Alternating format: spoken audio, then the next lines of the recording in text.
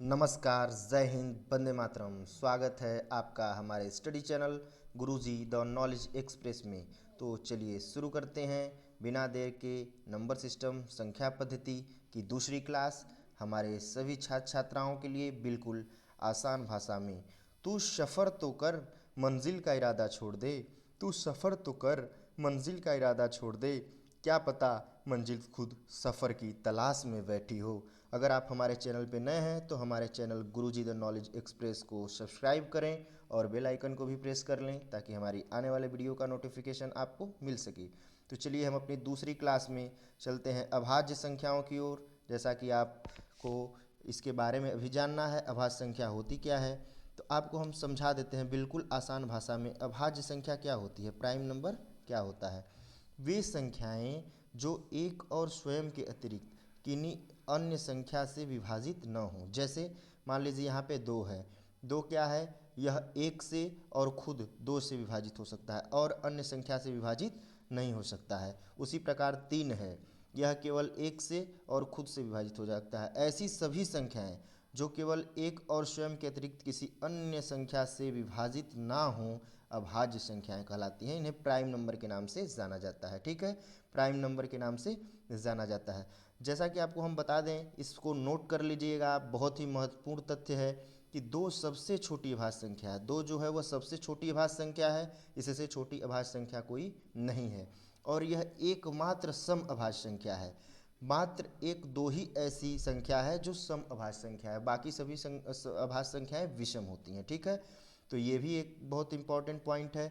जो हमारा दो है वो सबसे छोटी अभाज्य संख्या है और मात्र एक सम अभाज्य संख्या है। चलिए इसको जान लिए। अब चलिए जानते हैं भाज्य संख्याएं के बारे में। भाज्य संख्याएं किसे कहते हैं, कंपोजिट नंबर किसे कहते हैं। तो वे संख्याएं जिनका एक और स्वयं के अतिरिक्त कम से कम एक और गुणनखंड हो। मतलब इसका कहने का ये है कि ऐसी संख्या हो जिसका एक और स्वयं के अतिरिक्त, जैसे मान लीजिए आप यहाँ पे उदाहरण दिया था मैं दो का, तो दो एक से और खुद से विभाजित होगी, किसी अन्य गुणनखंड से विभाजित नहीं होगी, तो इसलिए अभाज्य संख्या है। लेकिन भाज्य संख्या के बारे में जैसा कि हम आपको बता रहे हैं, तो यहाँ पे क्या होता है कि एक और स्वयं के अतिरिक्त कम से कम एक गुणनखंड और हो, वो भाज्य संख्याएं कहलाती हैं। जैसे एग्जाम्पल में मान लीजिए यहाँ पे चार दिया गया है। क्या दिया गया है एग्जाम्पल में, चार दिया गया है। तो चार जो है वह एक से भी विभाजित होगा, ठीक है, और स्वयं के अतिरिक्त जैसे चार से भी विभाजित होगा, इसके अतिरिक्त दो से विभाजित होगा। किससे विभाजित होगा, चार विभाजित होगा दो से, इसलिए यह एक और स्वयं के अतिरिक्त दो से भी विभाजित हो रहा है, इसलिए यह क्या है, ए भाज्य संख्या है। ठीक है, तो भाज्य संख्या वे संख्याएं होती हैं जिनका एक और स्वयं के अतिरिक्त कम से कम एक गुणनखंड हो, भाज्य संख्याएं कहलाती हैं। उदाहरण जैसे आप देख लीजिए, चार है, छः है, आठ है। ठीक है, ये सब संख्याएं क्या है, भाज्य संख्याएं हैं। बहुत ही महत्वपूर्ण पॉइंट यहाँ पे आपको नोट करना होगा कि जो हमारी एक है वह न तो भाज्य संख्या है और न ही अभाज्य संख्या है। मतलब एक कैसी संख्या है, तो एक क्या है, विषम संख्या है। क्या है, विषम संख्या है। ठीक है, एक क्या है, विषम संख्या है। ठीक है, एक को विषम संख्या कहते हैं। यह न तो भाज्य है और न ही अभाज्य है। ठीक है, तो जैसा कि आप यहाँ पे जान लिए कि एक हमारी जो है वह विषम संख्या है, यह न तो भाज्य है और न ही अभाज्य है। ठीक है, इसको विषम संख्या के नाम से जाना जाता है। ठीक है, चलिए अगले हमारे टॉपिक पर चलते हैं। तो हमारा जो अगला टॉपिक क्या है, सह अभाज्य संख्याएं। सह अभाज्य संख्याएं किसे कहते हैं, तो जैसा कि आप नाम से समझ रहे होंगे कि सह अभाज्य संख्याएं ऐसी दो या अधिक प्राकृतिक संख्याएं, ऐसी दो या अधिक प्राकृतिक संख्याएं जिनमें एक के अतिरिक्त कोई अन्य उभयनिष्ठ गुणनखंड ना हो। मतलब यहाँ पे कहने का ये है कि ऐसी दो या अधिक प्राकृतिक संख्याएं होनी चाहिए जिनका एक के अतिरिक्त कोई अन्य उभयनिष्ठ गुणनखंड न हो। जैसे यहाँ पे एग्जाम्पल में आपको दिखाया गया है दो और तीन। ये संख्याएं जो हैं दो और तीन, इनका एक के अतिरिक्त कोई अन्य उभयनिष्ठ गुणनखंड नहीं है। यह केवल एक से ही विभाजित हो सकती हैं, किसी अन्य संख्या से नहीं। इसलिए यह संख्याएं क्या है, सहअभाज्य संख्या हैं। जैसे दो हो गया, तीन हो गया, पाँच, नौ, 11 हो गया, यह सब क्या संख्याएं हैं, सहअभाज्य संख्याएं। ठीक है, यह साथ में अभाज्य होती हैं, इसीलिए इन्हें सहअभाज्य संख्याएं या क्रोप्राइम नंबर कहा जाता है। ठीक है, समझ गए इसके बारे में। चलिए अब हम वास्तविक संख्याओं के बारे में जान लेते हैं। रियल नंबर्स क्या होते हैं, वास्तविक संख्याएं क्या होती हैं। तो रियल नंबर वे नंबर होते हैं जैसे इसको डिफाइन करने के लिए आपको बिल्कुल आसान भाषा में मैं समझा देता हूँ। वे संख्याएं जो परिमेय और अपरिमेय दोनों होती हैं, ठीक है, वास्तविक संख्याएं कहलाती हैं। तो जैसा कि आप जानते होंगे कि परिमेय संख्याएं वे संख्याएं होती हैं जिन्हें p बटा क्यू के रूप में व्यक्त किया जा सकता है, और अपरिमेय संख्याएं वे संख्याएं होती हैं जिन्हें p बटा क्यू के रूप में व्यक्त नहीं किया जा सकता। लेकिन यहाँ पे एक शर्त होती है कि जहाँ की q not equal to zero होना चाहिए, मतलब हमारा जो हर है वह ज़ीरो के बराबर नहीं होना चाहिए, तब ऐसा कंडीशन लागू होता है। तो यहाँ पे आप एग्जाम्पल में देख सकते हैं √5, 7/4, 1/2 पाई, ये सब संख्याएं जितनी हैं ये वास्तविक संख्याएं, ठीक है। और जो वास्तविक संख्याओं का जो समुच्चय होता है, जो सेट होता है, उसको आर से प्रदर्शित किया जाता है। किससे डिनोट किया जाता है? आर से डिनोट किया जाता है। आर का मतलब होता है रियल नंबर। क्या होता है? Real number. तो हमारी जो वास्तविक संख्याएं होती हैं उसे आर से डिनोट किया जाता है, और आर का मतलब होता है रियल नंबर, ठीक है। समझ लिए होंगे आप इसको अच्छे से। चलिए आगे बढ़ते हैं। अब हम विभाज्यता आपको बताएंगे कि विभाज्यता कैसे कार्य करती है, कौन कौन सी संख्याएं किस संख्या से विभाजित होती हैं, ठीक है। तो यहाँ पे आप अच्छे से समझिएगा, जो हमारा डिविजिबिलिटी रूल है उसको बहुत ही ध्यान से देखिएगा।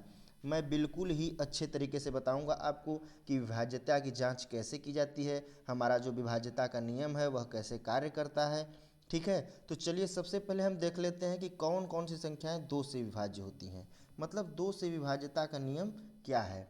तो जो दो से विभाज्यता का नियम है वो ये है कि वे संख्या जिसके इकाई का अंक, वे संख्या जिसके इकाई का अंक शून्य या सम संख्या हो, ठीक है, वो दो से विभाजित होगी।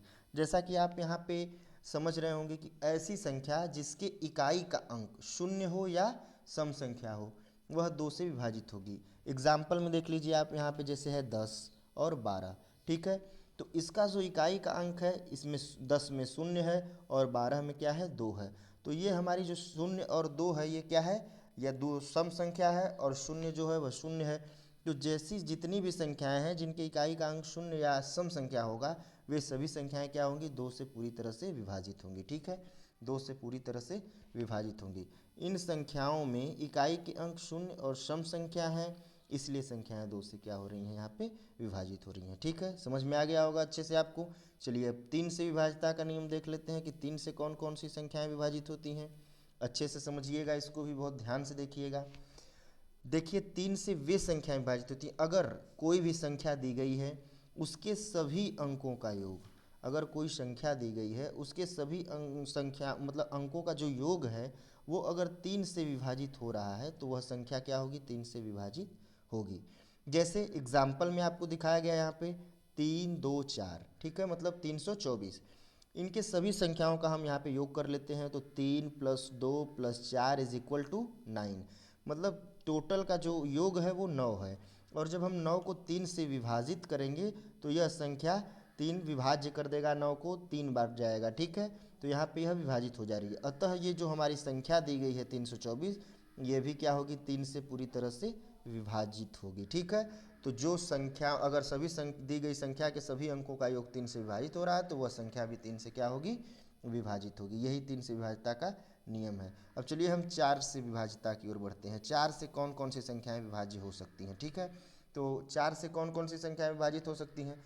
तो इसका नियम क्या कहता है कि 4 से विभाज्यता का जो हमारा नियम है वो ये कहता है, 4 से जो विभाज्यता का नियम है हमारा वो क्या कहता है कि जिस संख्या के इकाई और दहाई के अंक, जिस संख्या के, ध्यान से समझिएगा इसको, जिस संख्या के इकाई और दहाई, जिस संख्या के क्या है यहाँ पे? इकाई और दहाई, ठीक है, बिल्कुल अच्छे से देखिए समझिए। जिस संख्या के इकाई और दहाई के अंक से बनी संख्या 4 से विभाजित हो जाती है, जिस संख्या के इकाई और दहाई के अंकों से बनी संख्या 4 से विभाजित हो जाती है तो वह संख्या 4 से विभाजित होगी। इसका कहने का मतलब ये है कि जैसे यहाँ पे एग्जाम्पल दिया गया है आपको 7266260, मतलब 72 66 260, ये जो संख्या आपको दी गई है यहाँ पे, इस संख्या में आप देख रहे होंगे कि इकाई और दहाई से मिलकर बनने वाली संख्या क्या है? 60 है। और 60 को अगर आप 4 से विभाजित करें तो 15 बार में कट जाएगी। तो मतलब यह संख्या जब कट जा रही है 4 से, तो इसका मतलब ये जो दी गई संख्या है ये भी क्या होगी? 4 से पूरी तरह से विभाज्य हो जाएगी, ठीक है, 4 से पूरी तरह विभाज्य हो गई। एक और कंडीशन यहाँ पे अप्लाई होता है कि यदि संख्या के इकाई और दहाई का अंक शून्य हो, मतलब लास्ट की जो इकाई और दहाई की संख्याएं अगर वह अंक शून्य होंगे तब भी वह संख्या 4 से विभाजित होगी। ठीक है, बस जैसे 400 एग्जाम्पल मान लीजिए 400 है, ये दोनों इकाई और दहाई की संख्याएं शून्य है, इसलिए यह क्या होंगी 4 से विभाजित हो जाएगी। ठीक है, समझ गए होंगे इसको अच्छे से। चलिए अब 5 से विभाजिता का नियम आपको हम समझा देते हैं। 5 से कौन कौन सी संख्याएं विभाजित होती हैं। यदि दी गई संख्या के इकाई का अंक, मान लीजिए आपको कोई संख्या दी गई है, उसके इकाई का अंक 0 या 5 हो, क्या हो 0 या 5 हो, तो वह संख्या क्या होगी 5 से विभाजित हो जाएगी। क्या होगी 5 से विभाजित हो जाएगी। जैसे आप यहाँ एग्जाम्पल के माध्यम से समझ लीजिए, यहाँ पे आपको एग्जाम्पल में दिखाया गया है 10, 15, ठीक है, 550, ये सभी संख्याएं क्या हैं। इन सभी संख्याओं का आप अगर ध्यान से देखें तो जो इकाई का अंक है वो क्या है, या तो 0 है या तो 5 है।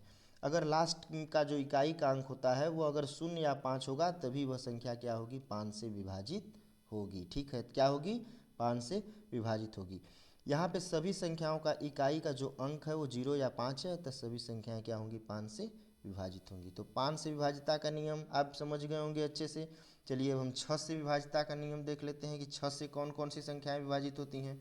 तो जो 6 से विभाजिता का नियम है वो ये कहता है कि 6 से वे संख्याएं विभाजित, अगर मान लीजिए कोई संख्या आपको दी गई है, अगर वह 2 और 3 दोनों से, मतलब कि वो संख्या अगर 2 और 3 दोनों से पूरी तरह से विभाजित हो जा रही है तो वो संख्या तभी 6 से विभाजित होगी।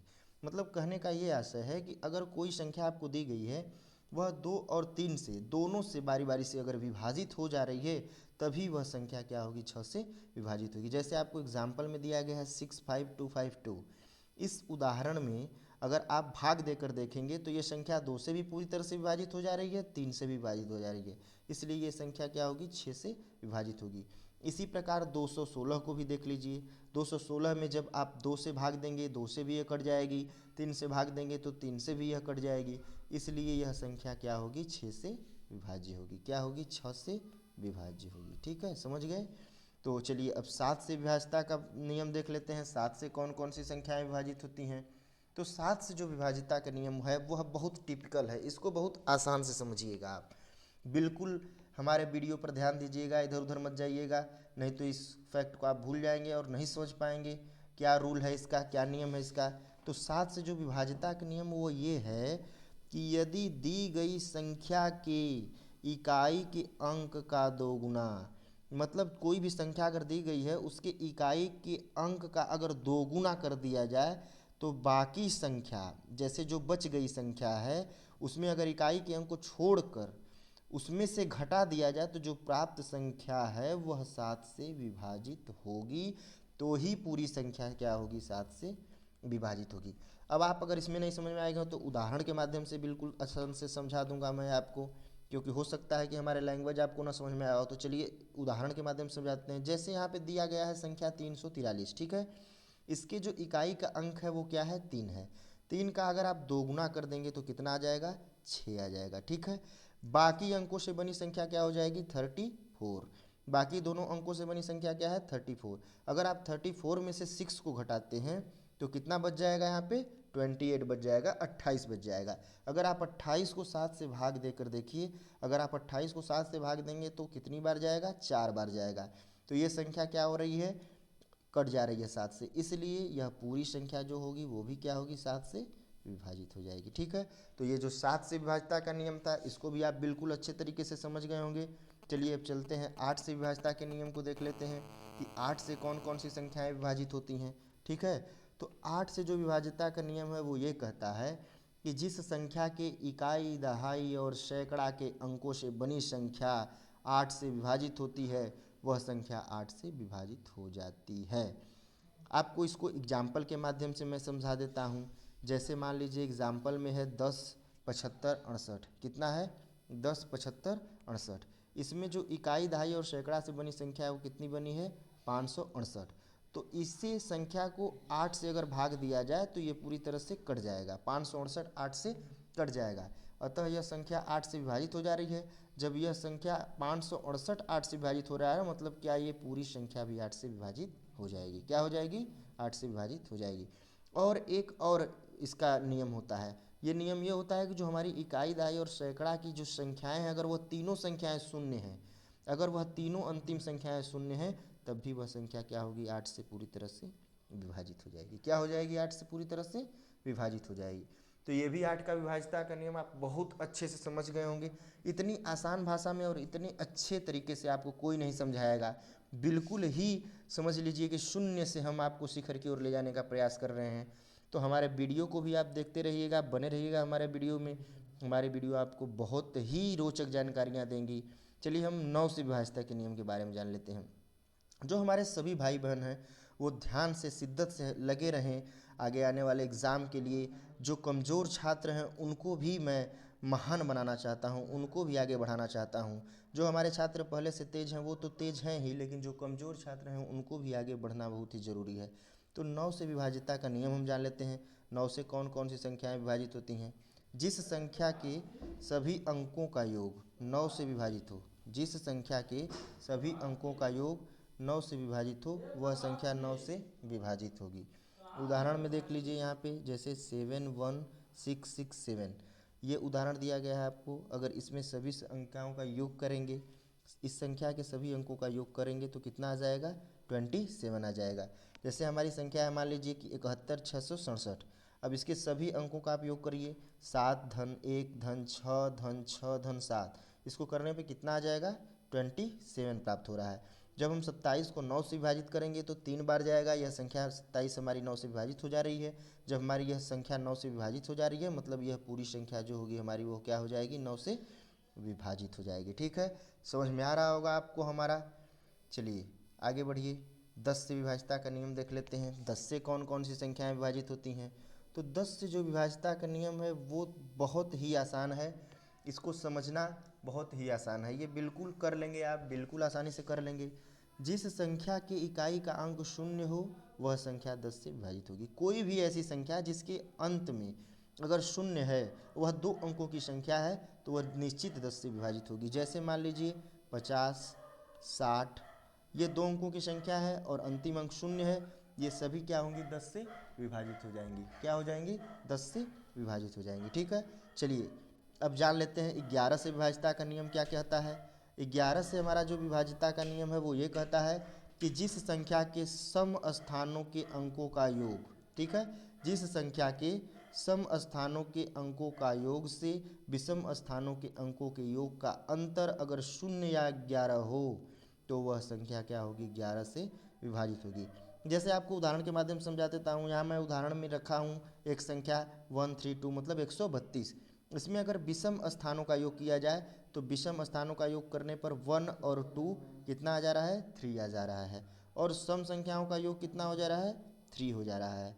तो दोनों संख्याओं को अगर घटाया जाए तो 3 से 3 घटाने पर 0 प्राप्त होता है। जैसा मैं आपको बताया था कि अगर विषम संख्याओं के योग के अंतर में सम संख्याओं के योग के अंतर में से विषम संख्याओं के अंकों के योग का अगर अंतर 0 या 11 होगा तो वो संख्या क्या होगी? 11 से विभाजित हो जाएगी। ठीक है, बिल्कुल समझ में आ गया होगा आपको ये अच्छे तरीके से।